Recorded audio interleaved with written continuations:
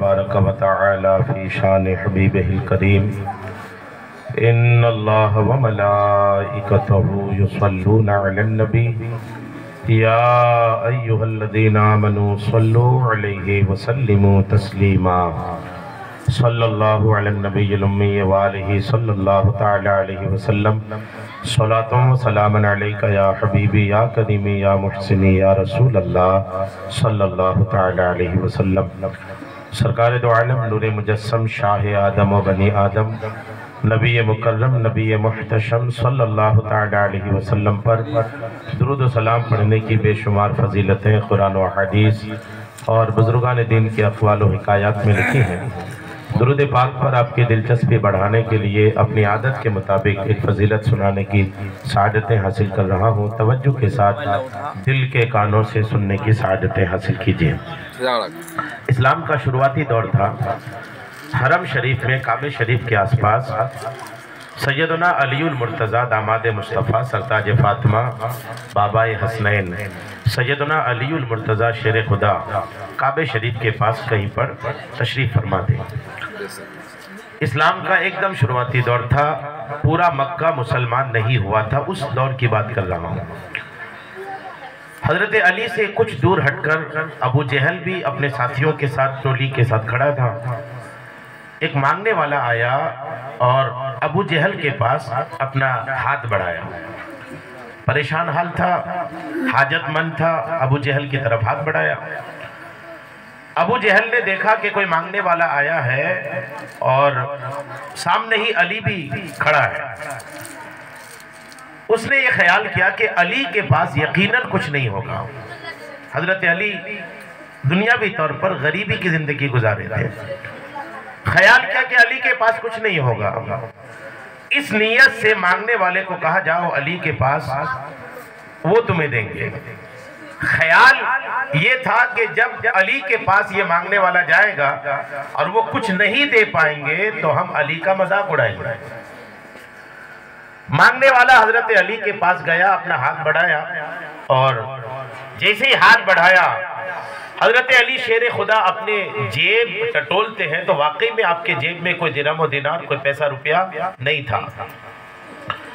حضرت علی نے اپنے جیب کی کنڈیشن دیکھا اور پھر یہ دیکھا کہ یہ مانگنے والا میرے پاس آنے سے پہلے ابو جہل کے پاس گیا تھا اور ابو جہل نے ہی اس کو میری طرف بھیجا ہے۔ حضرت علی سوچنے لگے کہ اگر یہ میرے پاس ڈائریکٹ آتا پھر میں نہیں دیتا، بات کچھ نہیں تھی، لیکن ابو جہل نے بھیجا ہے، اب اگر کچھ نہیں دیتا ہوں تو ابو جہل ضرور میرا مذاق اڑائے گا۔ حضرت علی شیر خدا اس مانگنے والے سے کہتے ہیں اپنا ہاتھ بڑھاؤ۔ وہ ہاتھ بڑھاتے ہیں، حضرت علی 10 مرتبہ درود پڑھ کر اس کے خالی ہاتھ پر دم کر دیتے ہیں اور ارشاد فرماتے سنو، اپنی مٹھی بند کرو اور اپنی مٹھی کو بند کر کے اس کے پاس جا کر کے کھولنا جس نے تمہیں میرے پاس بھیجا ہے۔ ابو جہل دیکھ رہا تھا، وہ دیکھ رہا تھا کہ علی نے جیب سے نکال کر کچھ نہیں دیا، کچھ پڑھ کر دم کیا تھا۔ ابو جہل جاہلوں کا باپ، وہ سمجھ رہا تھا کہ دم میں کیا ہوتا ہے، کوئی اگر پڑھ کے پھونک مارے تو اس میں ہوتا کیا ہے۔ تیاری تھی حضرت علی کی مذاق اڑانے کی۔ جب یہ مانگنے والا ان کی ٹولی کے پاس ابو جہل کے پاس جا کر کے ہاتھ کھولا، قربان جائیے درود پاک کی برکتوں پر اور علی کے دم پر کہ حضرت علی نے جس مانگنے والے کے خالی ہاتھ میں 10 مرتبہ درود پڑھ کر دم کیا تھا، 10 مرتبہ درود کی برکت سے اللہ تعالیٰ نے اس کے ہاتھ میں 10 دینار پیدا فرمایا۔ 10 مرتبہ درود پاک اور 10 دینار۔ الحمدللہ بڑی برکتیں ہیں درود پاک کی۔ کسی مصیبت کا شکار ہے درود پڑھے، گھر میں بے برکتی ہے درود پڑھے، محتاجی ہے درود پڑھے، کوئی بیمار ہے درود پڑھے، کوئی مصیبت ہے درود پڑھے، کوئی مشکل ہے درود پڑھے، انشاءاللہ درود کی برکتوں سے آپ کی ساری پریشانیاں حل ہوتی نظر آئیں گی۔ ایک بار بارگاہ رسالت میں بلند آواز سے درود پاک پڑھی، اللہم صلی علی سیدنا شفیعنا حبیبنا مولانا محمد بارک وسلم، صلاۃ و سلام علیکہ یا حبیبی یا کریمی یا محسنی یا رسول اللہ صلی اللہ تعالی علیہ وسلم۔ ہمارے توصیف بھائی نے اپنے بچے کے ختنہ کے سلسلے میں یہ پروگرام رکھا ہے۔ موقع مناسبت کی تحت میں بھی حافظ شبیر صاحب کے بیان کو آگے بڑھاتے ہوئے اولاد کی تربیت پر کچھ باتیں آپ کو عرض کرتا ہوں۔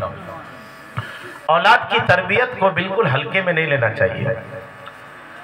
اولاد کی تربیت اتنی اہم چیز ہے، یہ میرا جملہ یاد رکھیے گا، اولاد کی اچھی تربیت آنے والی نسل کی کنڈیشن طے کرتی ہے۔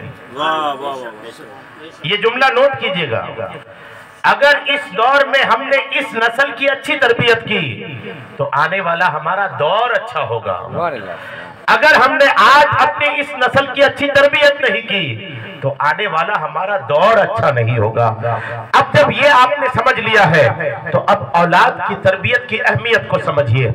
اولاد کی تربیت، اولاد کی پرورش، اولاد کی نشو و نما، اولاد کا خیال ہمیں کیسا رکھنا چاہیے اور اس کی بڑھتی عمر کے ساتھ ہمیں کس چیز کو سکھانا چاہیے، کیا ان سے ہمیں طلب کرنی چاہیے، آئیے اس پر اسلام نے جو رہنمائی پیش کیا ہے وہ میں آپ تک پہنچانے کی کوشش کرتا ہوں۔ آپ کہیے گا کہ ہم نے تو اولاد کئی پال کر بڑے کر کے ان کی شادیاں کر دیے ہیں، ہم بوڑھے ہو گئے ہیں، کیا ہمیں اولاد پالنا نہیں آتا؟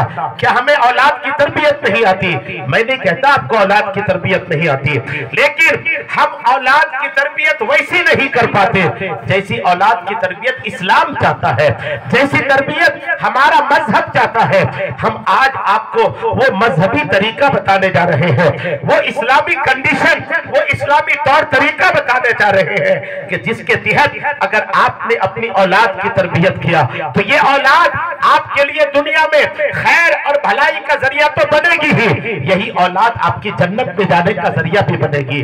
اولاد کی تربیت پر آئیے کچھ باتیں عرض کرتا ہوں۔ اسلام نے اولاد کی تربیت پر اتنی توجہ دی ہے، آپ یقین کریں آدمی پر، مرد پر شادی سے پہلے ہی اولاد کی تربیت کے حقوق لاگو ہو جاتے ہیں، اور ایک خاتون پر جب اس کے پیٹ میں بچہ ہوتا ہے اولاد کی تربیت خاتون پر حمل کے دوران ہی اسلام اس کے اوپر اولاد کی تربیت لاگو کر دیتا ہے۔ سوچئے وہ چیز جو ابھی آئی نہیں، اسلام اس کی تربیت کا حکم دیتا ہے۔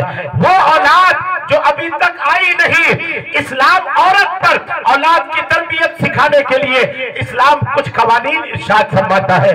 ایک وہ مرد جو ابھی شادی کیا ہی نہیں، ابھی شادی کی تیاری کر رہا ہے، اسلام اس پر اولاد کی تربیت کی کنڈیشن طے کرتا ہے۔ آپ کہیے گا کہ ابھی ہم نے شادی ہی نہیں کیا، اولاد کی تربیت ہم کیسے کریں؟ ابھی تو ہماری بیوی نہیں، ہم نے شادی نہیں کیا، اولاد کا وجود نہیں، ہم تربیت کیا کریں؟